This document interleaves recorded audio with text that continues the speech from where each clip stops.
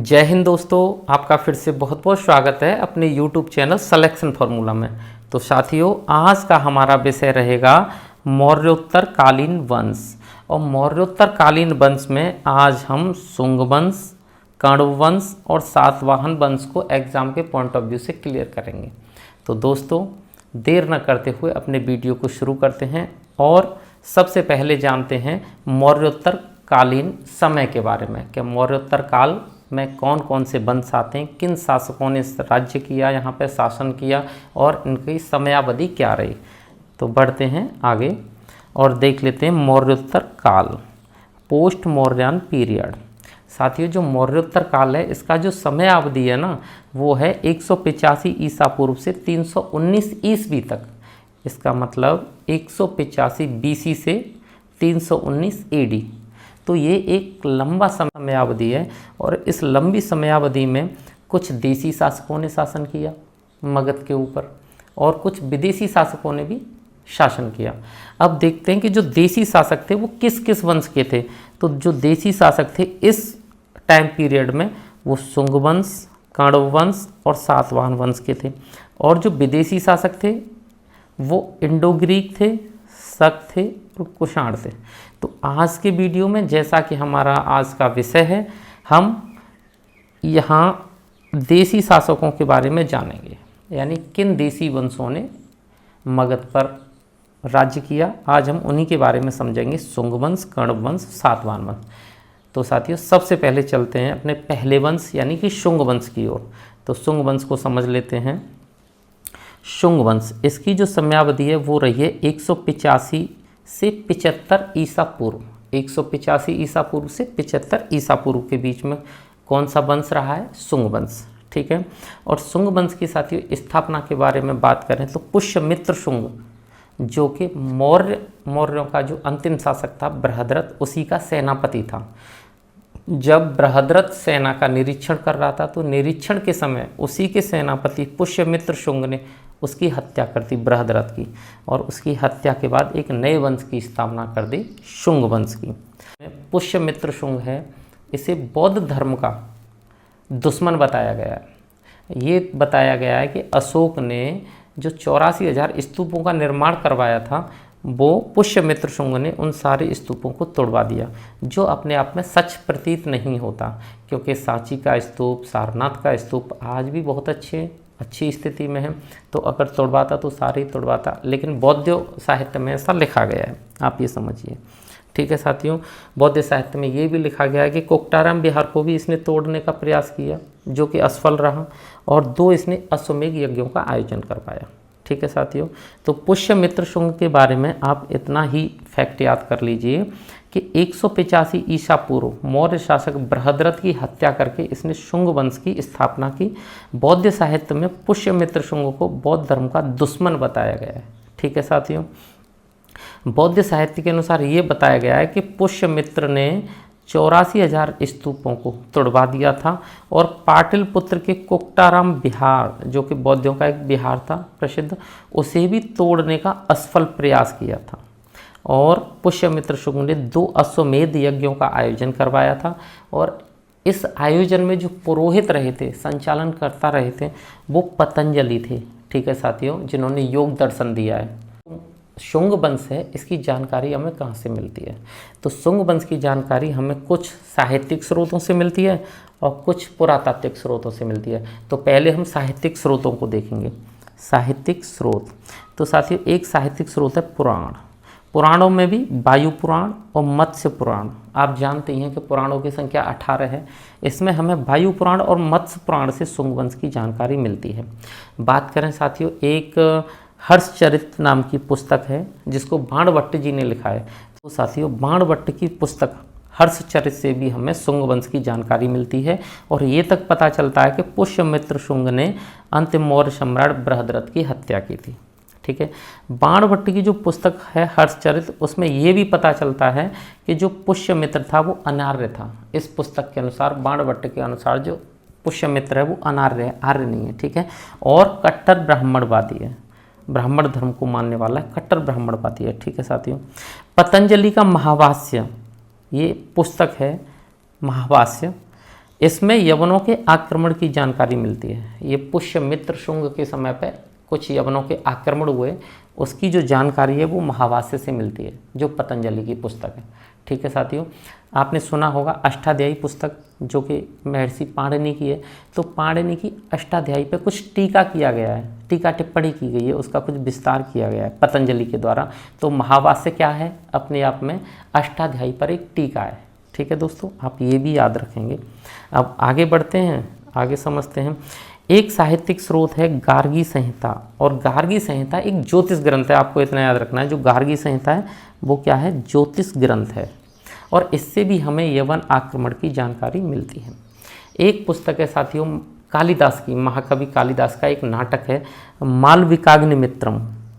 तो मालविका और अग्निमित्र की कहानी है। अब आगे पढ़ोगे आपके अग्निमित्र कौन है, तो अग्निमित्र जो पुष्यमित्र शुंग है इसका बेटा है। ठीक है, तो मालविका और अग्निमित्र का प्रेम प्रसंग इस नाटक में दर्शाया महाकवि कालिदास द्वारा। ठीक है, तो ये महाकवि कालिदास का प्रसिद्ध नाटक है, और इससे भी हमें शुंग वंश की जानकारी मिलती है। तो साथियों, ये थे शुंग वंश की जानकारी के साहित्यिक स्रोत, गार्गी संहिता, मालविकाग्निमित्रम, महाभाष्य, इनसे हमें क्या मिलता है, जानकारी मिलती है शुंग वंश की। ठीक है, अब कुछ पुरातात्विक स्रोतों को देख लेते हैं।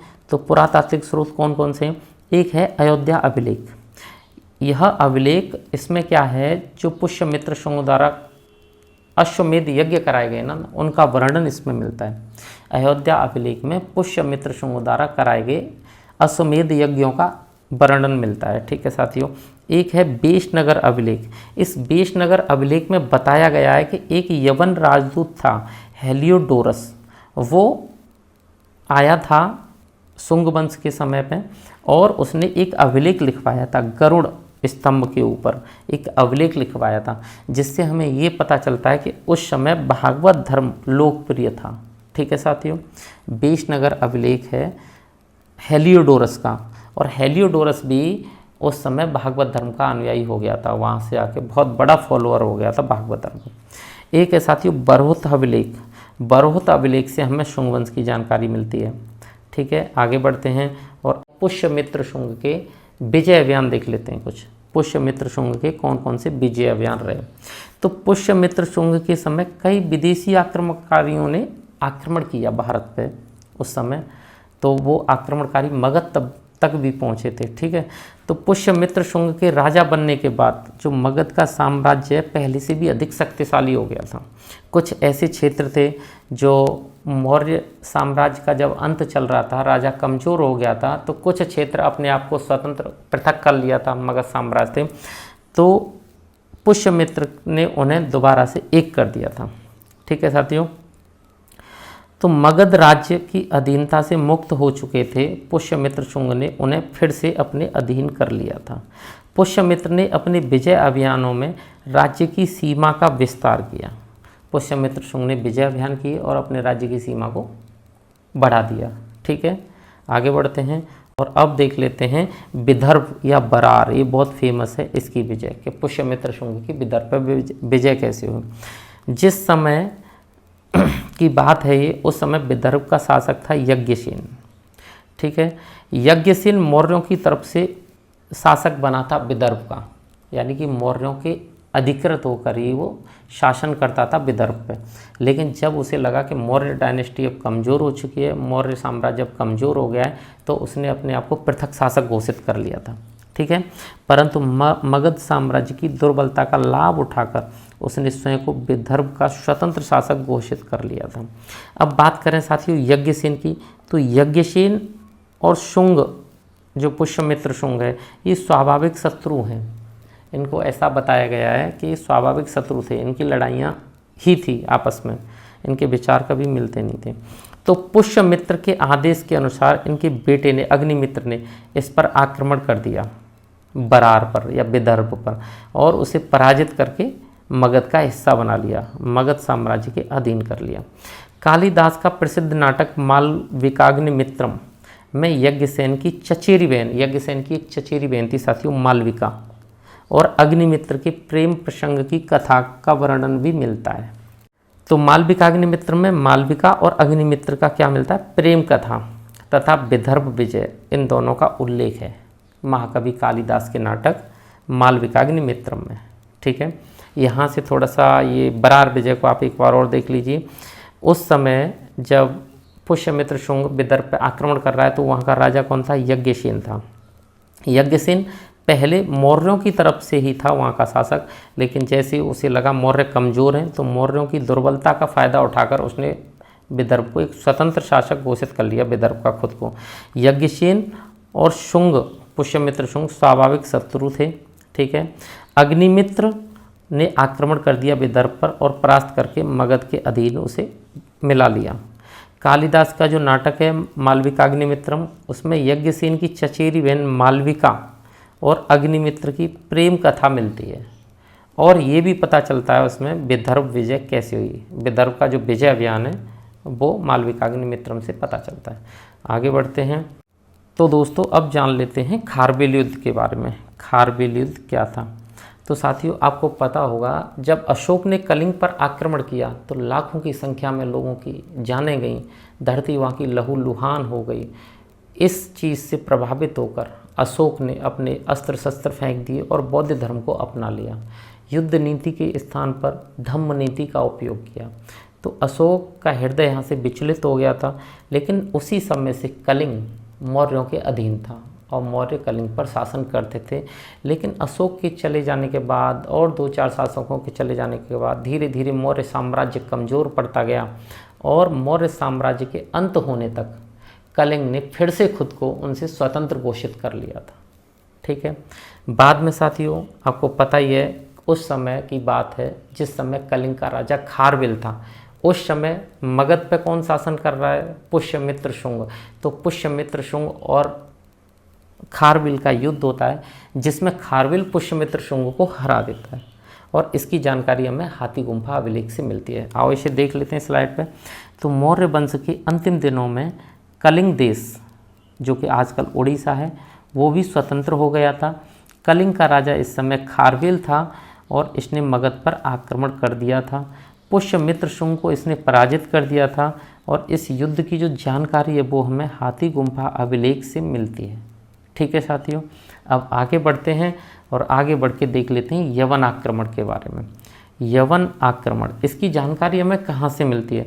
तो कालिदास की मालविकाग्निमित्रम से यह जानकारी मिलती है कि पुष्यमित्र शुंग के समय कई यवन आक्रमण हुए, 1-2 नहीं कई हुए थे। ठीक है साथियों, जो डिमेट्रियस है ना, डिमेट्रियस यवनों का एक अच्छा राजा था और ये पुष्यमित्र शुंग का समकालीन था। डिमेट्रियस नामक यवन राजा पुष्यमित्र शुंग का समकालीन था। आपको ये याद रखना है, क्वेश्चन आ जाता है सीधे से पुष्यमित्र का समकालीन कौन था। ठीक है, पतंजलि भी पूछ लिया जाता है, कोई राजा भी पूछ लिया जाता है, यहाँ से क्वेश्चन बनते हैं। गार्गी संहिता के युग पुराण में भी विवरण मिलता है यवन आक्रमणों का कि यवन सबसे पहले साकेत, उसके बाद मथुरा पर अधिकार करने के बाद कहाँ तक पहुँच गए थे? तो पाटलिपुत्र यानी मगध तक पहुँच गए थे। यवनों ने पहले साकेत को हराया, फिर मथुरा को हराया, फिर मगध पर आक्रमण किया था। तो यवन आक्रमण की जानकारी हमें मालविकाग्निमित्रम से मिलती है, गार्गी संहिता से भी मिलती है। ठीक है साथियों, आगे बढ़ते हैं और अब जान लेते हैं पुष्यमित्र शुंग के उत्तराधिकारियों के बारे में कि शुंग वंश पुष्यमित्र शुंग के बाद किसने संभाला। तो पुष्यमित्र शुंग की मृत्यु के बाद उसका पुत्र अग्निमित्र साम्राज्य का उत्तराधिकारी बना। पुष्यमित्र के शुंग के बाद उसका पुत्र अग्निमित्र बना और अग्निमित्र के बाद क्रमशः कई बने जो ज़्यादा इंपॉर्टेंट नहीं है एग्जाम के पॉइंट ऑफ व्यू से, लेकिन आप उनके नाम फिर भी याद कर लें। वसुज्येष्ठ, वसुमित्र, आंद्रक, घोष, वज्रमित्र, भागवत, देवभूति, ये जो राजा थे इनका वर्णन मिलता है कि शुंग वंश के ये उत्तराधिकारी थे अग्निमित्र के बाद। एक बार जल्दी से रिपीट करा देता हूँ, वसुज्येष्ठ, वसुमित्र, आंद्रक, घोष, वज्रमित्र, भागवत और देवभूति। और ये भी पता चलता है कि देवभूति इस वंश का अंतिम शासक था। ठीक है साथियों, इस वंश का अंतिम शासक देवभूति था और देवभूति के मंत्री ने किसने? वासुदेव ने इसकी हत्या कर दी और नए वंश कण्व वंश की स्थापना की। ठीक है साथियों, आपको इतना याद रखना है कि शुंग वंश का अंतिम शासक कौन था? तो देवभूति था। इसकी हत्या किसने की? तो इसी के मंत्री वासुदेव ने की और एक नए वंश को जन्म दे दिया, कण्व वंश को। ठीक है। और शुंग वंश का संस्थापक कौन था? तो पुष्यमित्र शुंग था, ठीक है। अंतिम शासक देवभूति था। आप इतना याद रखेंगे, यहाँ से बहुत ज़्यादा नहीं पूछा जाता है, लेकिन फिर भी ये एग्जाम की दृष्टि से इम्पोर्टेंट है। अब देख लेते हैं अपना कर्ण वंश। कर्ण वंश से पहले हम पुष्यमित्र शुंग के समय की या शुंग वंश की कुछ विशेषताएं और देख लेते हैं, ठीक है साथियों। आगे बढ़ते हैं और अब देखते हैं शुंग वंश से संबंधित महत्वपूर्ण तथ्य या विशेषताएं। शुंग काल में जो विदिशा, इसका राजनीतिक और सांस्कृतिक महत्व सर्वाधिक हो गया था। जो मध्य प्रदेश के अंदर विदिशा है, वैसे तो शुंग वंश के समय जो राजधानी थी वो पाटलिपुत्र थी, लेकिन द्वितीय राजधानी बन गई थी विदिशा। और धीरे धीरे समय के साथ ऐसा हुआ कि पाटलिपुत्र से इनका जो वर्क है वो विदिशा से ज़्यादा होने लगा था, और पाटलिपुत्र के कंपेयर में विदिशा का महत्व ज़्यादा बढ़ गया था, ठीक है साथियों। और शुंग वंश के समय ही मनुस्मृति के वर्तमान स्वरूप की रचना हुई, ठीक है। इस काल में भागवत धर्म का विकास हुआ, वसुदेव विष्णु की उपासना आरंभ हो गई। जो वासुदेव विष्णु हैं, विष्णु भगवान की उपासना आरंभ हो गई, और भागवत धर्म का विकास भी शुंग वंश के समय ही हुआ। शुंग राजाओं ने वैदिक अथवा ब्राह्मण धर्म का पुनर्जागरण काल माना जाता है। शुंग वंश के जो राजा हैं उनका जो काल है वो वैदिक और ब्राह्मण धर्म के लिए बहुत महत्वपूर्ण है, ठीक है साथियों। पुष्यमित्र शुंग ब्राह्मण धर्म का पुनरुत्थान किया था। जो पुष्यमित्र शुंग है, इसी ने ब्राह्मण धर्म का पुनरुत्थान किया था, दोबारा से इसे बड़े लेवल पर शुरू किया था, ठीक है साथियों। आगे बढ़ते हैं और अब देख लेते हैं कर्ण वंश। कर्ण वंश, तो साथियों कर्ण वंश ज़्यादा इंपॉर्टेंट नहीं है, इसमें आप बस थोड़ा सा इसका टाइम याद रखें। इसमें सबसे ज़्यादा आप संस्थापक और इसका अंतिम शासक याद रखेंगे, ठीक है साथियों। तो इसका संस्थापक कौन है? इसका संस्थापक है वासुदेव कर्ण। और कैसे बना ये संस्थापक? तो ये कौन था? ये देवभूति का मंत्री था। शुंग वंश का अंतिम जो सम्राट था ना, देवभूति, इसी का मंत्री था। तो ये देवभूति की हत्या करके कौन बन गया? सम्राट बन गया। और 75 ईसा पूर्व इसने कर्ण वंश की क्या रख दी? नींव रख दी, ठीक है साथियों। इसकी जानकारी हमें कहाँ से मिलती है? तो हर्षचरित से मिलती है, बाणभट्ट की पुस्तक हर्षचरित से। वासुदेव ब्राह्मण वंश का था। उसने वैदिक धर्म और सांस्कृतिक संरक्षण की जो परंपरा शुंगों ने शुरू की थी ना, उसे संचालित रखा, उसे जारी रखा, ठीक है। इस वंश के अंतिम शासक कौन थे? सुशर्मन। इनकी हत्या 30 ईसा पूर्व में शिमुक ने कर दी, और एक नए ब्राह्मण वंश यानी कि सातवाहन वंश या आंध्र सातवाहन वंश की नींव रखी। तो आपको इसमें से इम्पोर्टेंट फैक्ट ये याद रखने हैं, जो कर्ण वंश है इसका टाइम पीरियड 75 ईसा पूर्व से 30 ईसा पूर्व रहा है। इसके संस्थापक वासुदेव कर्ण हैं, और इसका अंतिम शासक कौन है? तो इस अंतिम शासक सुशर्मन है, ठीक है साथियों।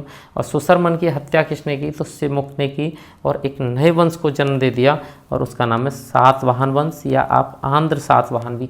सातवाहन वंश, इसका जो टाइम पीरियड है वो है 30 ईसा पूर्व से 250 ईस्वी तक, यानी कि 30 BC से 250 AD तक।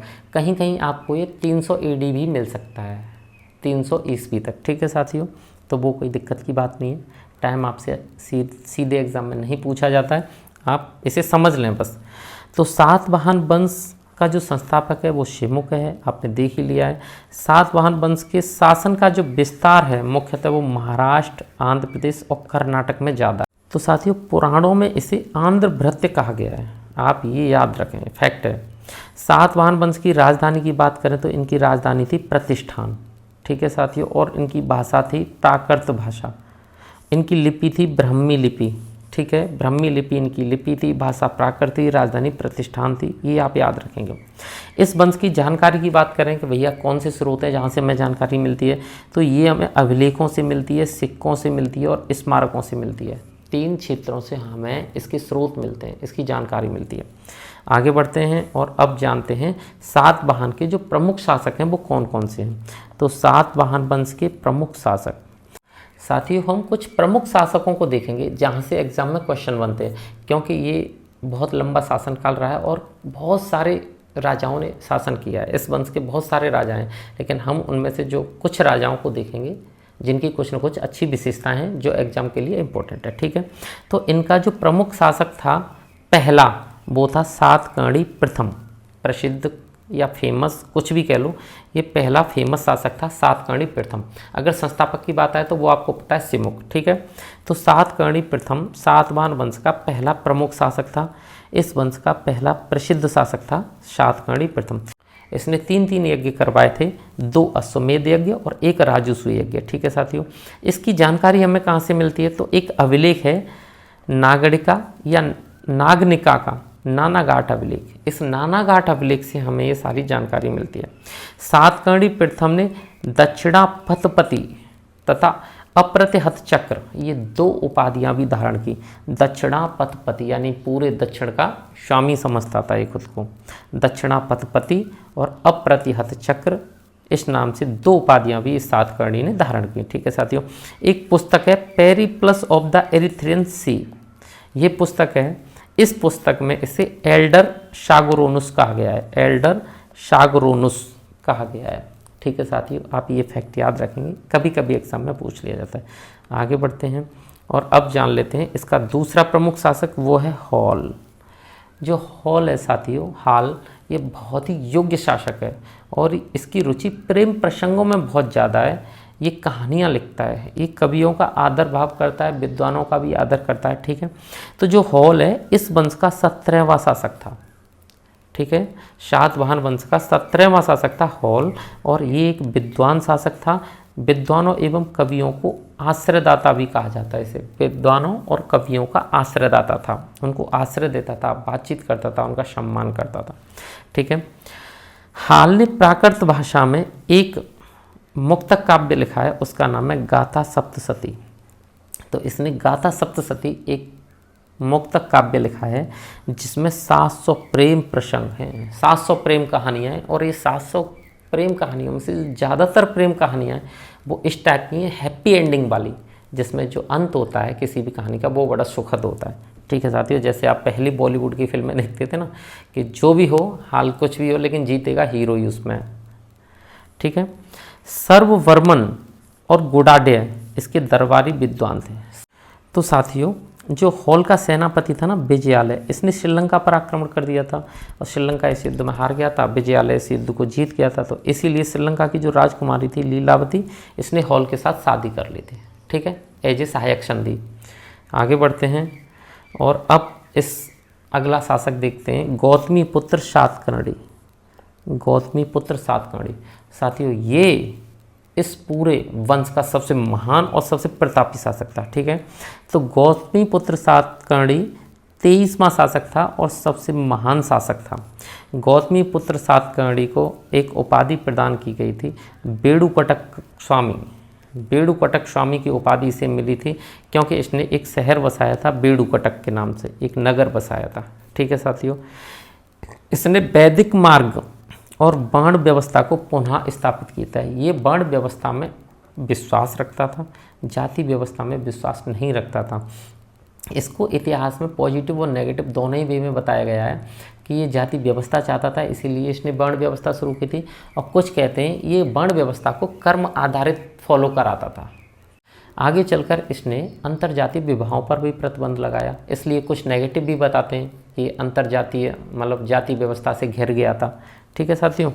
तो इसने एक शक शासक था नहापान, उसको पराजित किया था। और इसका हमें कहाँ से देखने को मिलता है कि इसने पराजित किया था, तो ये सिक्के जारी करवाए थे उसने और उन सिक्कों पर अपनी फ़ोटो लगवाई थी जिसमें नहपान बैठी हुई मुद्रा में है और ये जीती हुई मुद्रा में खड़ा हुआ है, उसके ऊपर वो उसके पैरों की तरफ झुका हुआ है।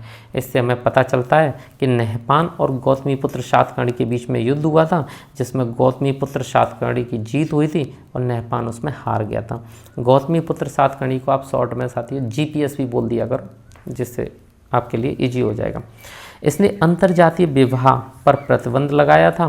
इसने नासिक, ये साथियों वैसे धार्मिक सहिष्णु था, ठीक है, ये सभी धर्मों को मानने वाला था, किसी एक धर्म का बहुत बड़ा कट्टर नहीं था।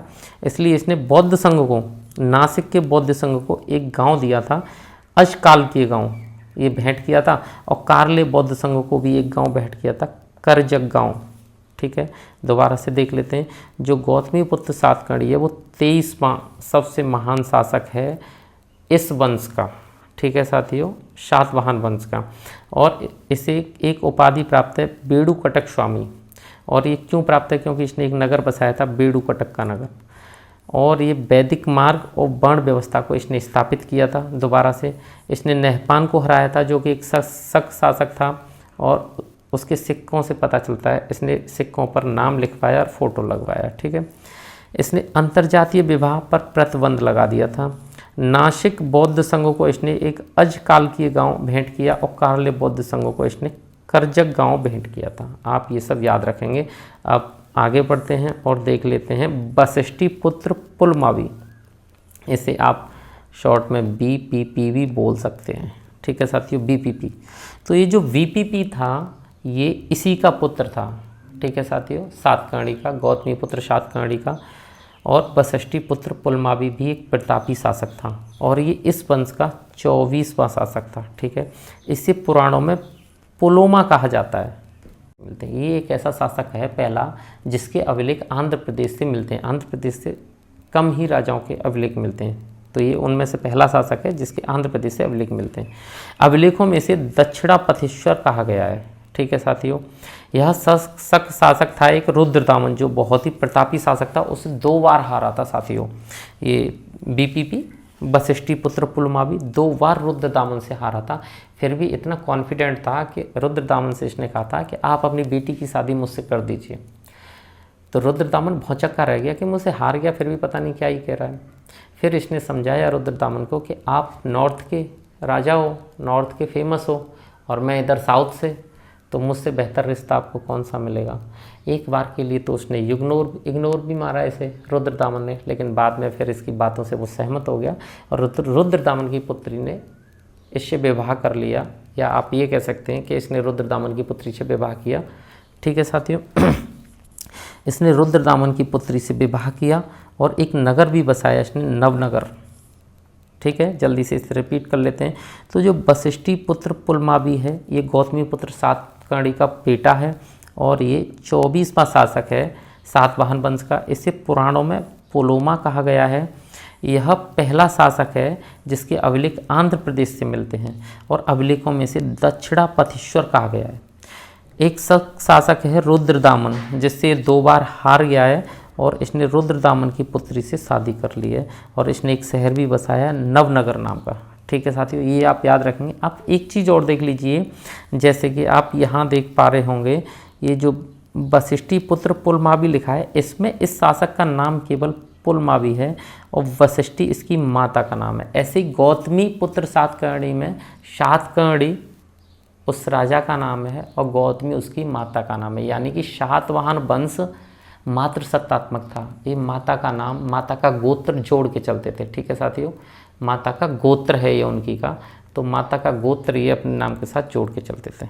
आगे बढ़ते हैं और अब देखते हैं यज्ञश्री सातकर्णी। आप यहाँ भी देख सकते हैं, जो यज्ञश्री नाम है ना, वो जो अगला सातकर्णी शासक है, इसकी माता का गोत्र है, ठीक है साथियों। तो यह इस वंश का कौन सा शासक था? 27वां और अंतिम प्रसिद्ध शासक था। इसके बाद शासक तो हुए, लेकिन अंतिम प्रसिद्ध शासक, आप इसको इस बात पर ध्यान देना है आपको कि यज्ञश्री सातकर्णी सातवाहन वंश का अंतिम प्रसिद्ध शासक था। और इसने क्या किया था? शकों के जीते हुए क्षेत्र पर पुनः अधिकार कर लिया था। जो सातवाहन वंश के या पहले से जो कुछ क्षेत्र थे जो कि शकों ने छीन लिए थे, जीत लिए थे, इसने उन पर पुनः अधिकार कर लिया था। और जो यज्ञश्री सातकर्णी था, इसके 2 बहुत शौक थे।